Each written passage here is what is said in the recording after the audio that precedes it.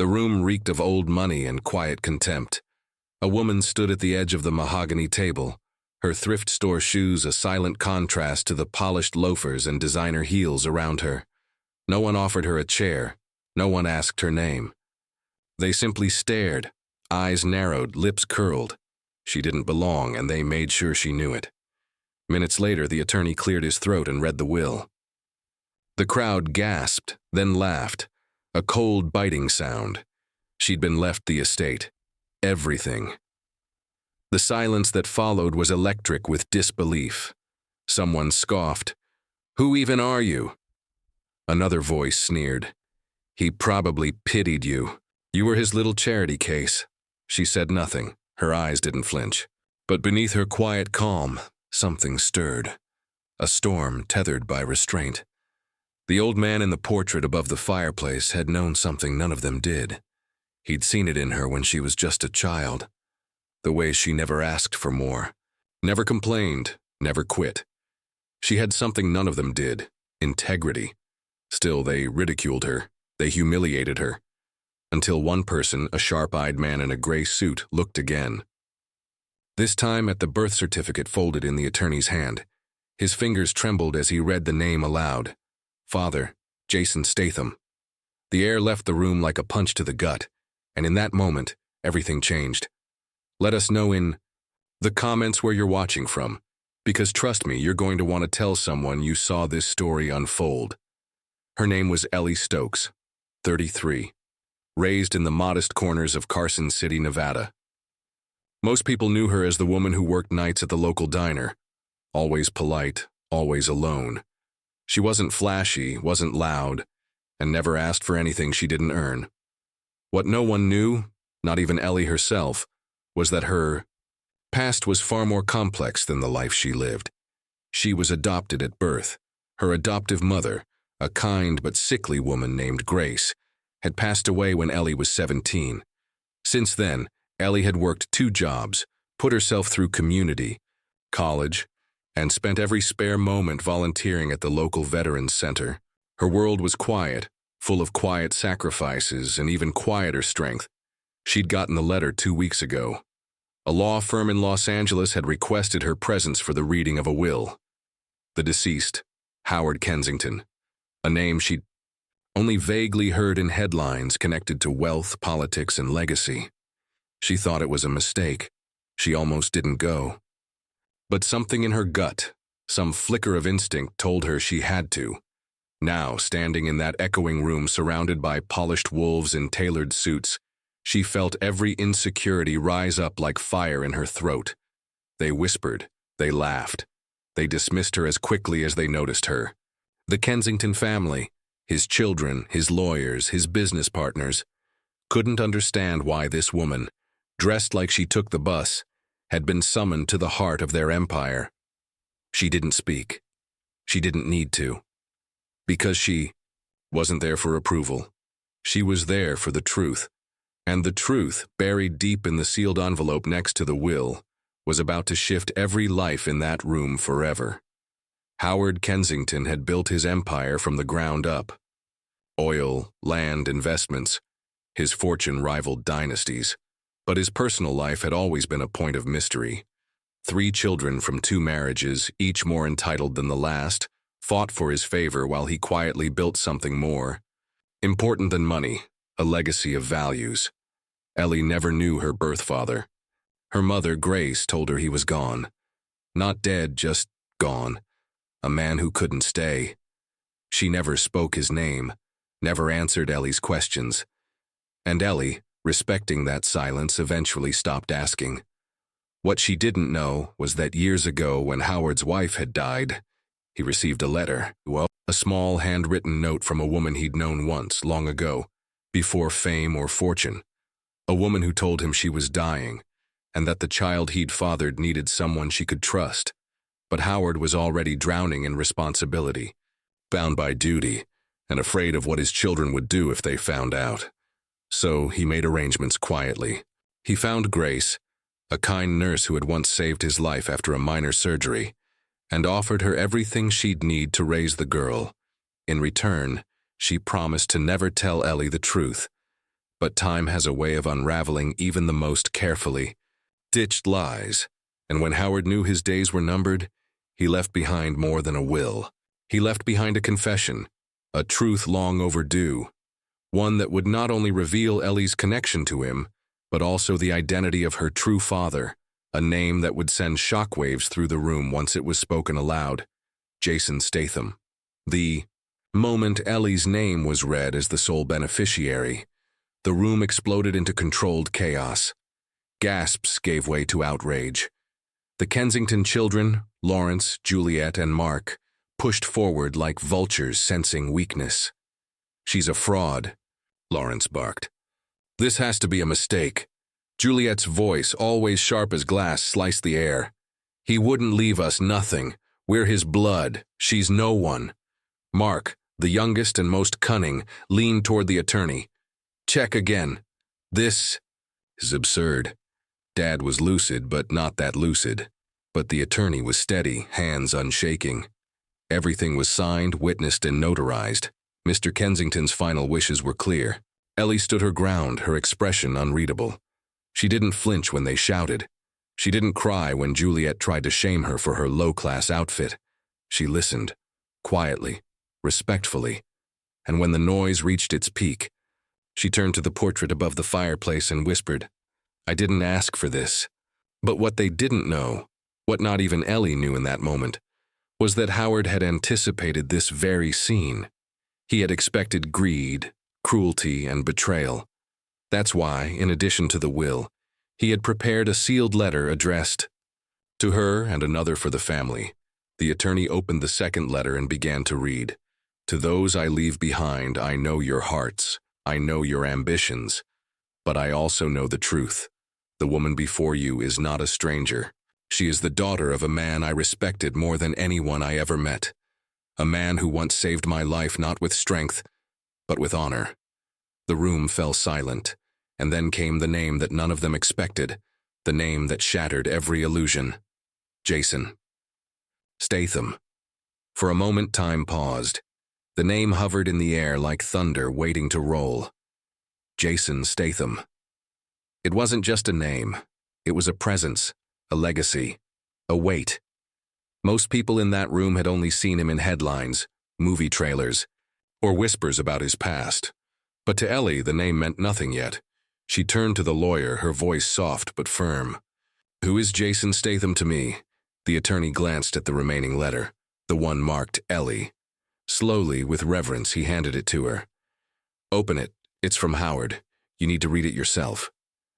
Her fingers trembled slightly as she unfolded the parchment. Handwritten in a style she'd never seen before, the letter unraveled the mystery of her life. He spoke of a friendship forged in fire, Jason saving Howard during a time of violent turmoil in a foreign land. He described a man who didn't speak much, but whose actions taught more than any speech ever could. When Howard returned home, he vowed to live by the same code: protect the innocent, honor your word, and never bow to corruption. Years later, when Grace approached him with the truth that the child she'd raised was Jason's, Howard saw his final purpose. He couldn't find Jason, but he could protect Ellie. He could teach her the quiet strength her father once showed him. Ellie's hands dropped slowly to her sides. For the first time, her eyes lifted, not with confusion, but clarity. The room watched her transform. Not through power, not through defiance, but through truth. And in the silence that followed, a shift occurred. Not in her, but in them.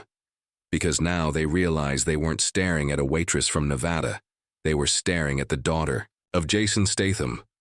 Juliet staggered back, her arms crossed tightly, mouth twitching but speechless. Lawrence scoffed and looked away. Mark, ever calculating, studied Ellie with a new intensity, no longer as prey but as puzzle. For Ellie, the revelation didn't bring pride or victory. It brought silence. She stepped outside the estate's stone walls and into the garden Howard once tended himself, a place he'd called the refuge. The sky was soft with dusk and the air heavy with blooming lavender. There she sat and wept, not for the inheritance, not for the humiliation, But for all the years she'd spent wondering why she felt out of place, why she never quite belonged. And now the answer had arrived. Not with fanfare, but with a whisper. Jason Statham. She had no memory of him, no stories, no pictures. But somehow she felt it, that same silent strength, that code of quiet dignity. It had lived inside her all along. Minutes passed. Then a voice, a kind older man, broke the stillness. "You remind me of him," the attorney said, sitting beside her. "Statham. He was the kind of man who'd rather break his own bones than break a promise. Howard said you had that same fire." She looked over. "I don't feel like fire." "No," he smiled, "because real fire doesn't burn loud. It burns steady." It was the first time since entering the mansion that she felt something close to peace. Not resolution, but the beginning of it. The storm inside was quiet for now, but the eye of the storm doesn't last forever. Inside, the family was already regrouping, whispering plans, spinning doubt. They weren't going to let her take what they thought was theirs, not without a fight. And the next move was Ellie's. The next morning, Ellie returned to the firm for a private meeting. What she hadn't expected was to be greeted by two attorneys she hadn't met before, sent on behalf of the Kensington siblings. Their tone was polished, but their message was pointed. "Ellie, we believe the will was compromised. Under duress? Perhaps. There's reason to question Howard's mental state near the end." She raised an eyebrow. "You mean to say he was too confused to know what he wanted?" "Exactly." One of them nodded. "The family is willing to offer a generous settlement in exchange for stepping away. No scandal, no legal battle, just quiet resolution." Ellie leaned back. The offer was heavy with arrogance, but beneath it was fear. They weren't confident. They were scrambling. She stood. "I didn't come for a payout. I came for the truth. I found it. I'm not walking away from that." The attorneys stiffened. One of them leaned in. "This isn't about truth anymore. This is about legacy. And in our world, legacy doesn't belong to the forgotten." She met his stare. "Then maybe your world's overdue for a change." When Ellie left the building, Mark was waiting outside. He leaned against a silver sedan, arms crossed, expression unreadable. "You don't talk like someone who was raised poor," he said. Ellie paused. "And you don't look like someone who's had to fight for anything." He smiled, but it didn't reach his eyes. "You think a name's going to save you? Kensington or Statham? It doesn't matter. People don't give power.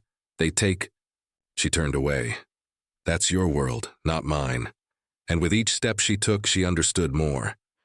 They wouldn't stop. They wouldn't back down. But neither would she, not anymore. By the week's end, the legal threats turned to media leaks, whisper campaigns, editorials hinting at an illegitimate heir, and anonymous claims about Ellie's sudden rise swirled across social networks and gossip sites. She became a headline, but not the kind that celebrated her.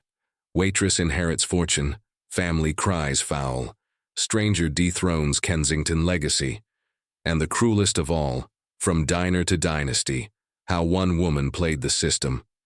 Ellie didn't flinch, but she felt every word. She went back to Carson City for a few days. Her old diner job was still waiting, held for her by the owner who once said she worked harder than anyone else he'd ever hired. But something had changed. Customers stared longer, whispered more. Even kindness now came with a twist of curiosity. She wasn't just Ellie anymore. She was the daughter of someone powerful, and the target of others who hated that power. One night, a letter arrived. No name, no return address. Just 7 words written in black ink. "He was right about you. Stay strong." She didn't know who sent it, but somehow it gave her what she needed. The next morning, she called the lawyer. "I want to claim the house," she said. "Not for the money, for the promise. He built that home on something solid. I won't let them hollow it out." The attorney was silent for a moment. Then he said, "There's one more thing in the estate, a journal. Howard's. You should read it before you decide anything else." That night, alone in a room once ruled by whispers and judgment, Ellie opened the journal, and inside, She found not just Howard's story, but the roadmap for her next move. The journal was a revelation, not of wealth or strategy, but of heart. Howard had written page after page about her, from the day he first saw her photo, to the quiet pride he felt watching her grow from a distance. She was the proof he needed that some legacies were built not with dollars, but with decency. He wrote of his failures too, of the children he raised in opulence but not in virtue, of the silence he kept to preserve peace while knowing it would one day cost him his name. But above all, he wrote about Jason, about the man who taught him long ago that strength isn't loud, it's steadfast. Ellie read until sunrise, and when she finally closed the book, her path was clear. She returned, to Los Angeles, not to defend her claim, but to fulfill the promise behind it. The first thing she did was call a press conference, not to lash out, but to set the record straight. She stood alone at the podium and said, "I didn't grow up with wealth. I didn't ask for this inheritance. But I will not reject the responsibility that came with it. Howard Kensington left me this estate not to enrich me, but to remind this family and this world that character still matters." Then to the reporters, "I am Jason Statham's daughter, but I'm also Ellie Stokes, and everything I am, I became without ever knowing his name. That's the legacy I plan to protect." No one heckled, no one scoffed, because in her voice they didn't just hear defense. They heard clarity, purpose, and something the Kensington heirs could never fake: authenticity. The world didn't cheer, but it listened, and sometimes that's all it takes to change everything. The Kensington estate didn't change overnight. The siblings still challenged the will in court, still maneuvered through their attorneys and alliances. But the public tide had shifted. Ellie's truth resonated deeper than any PR stunt or character attack could reach. She didn't try to be part of their world. She redefined what the legacy meant.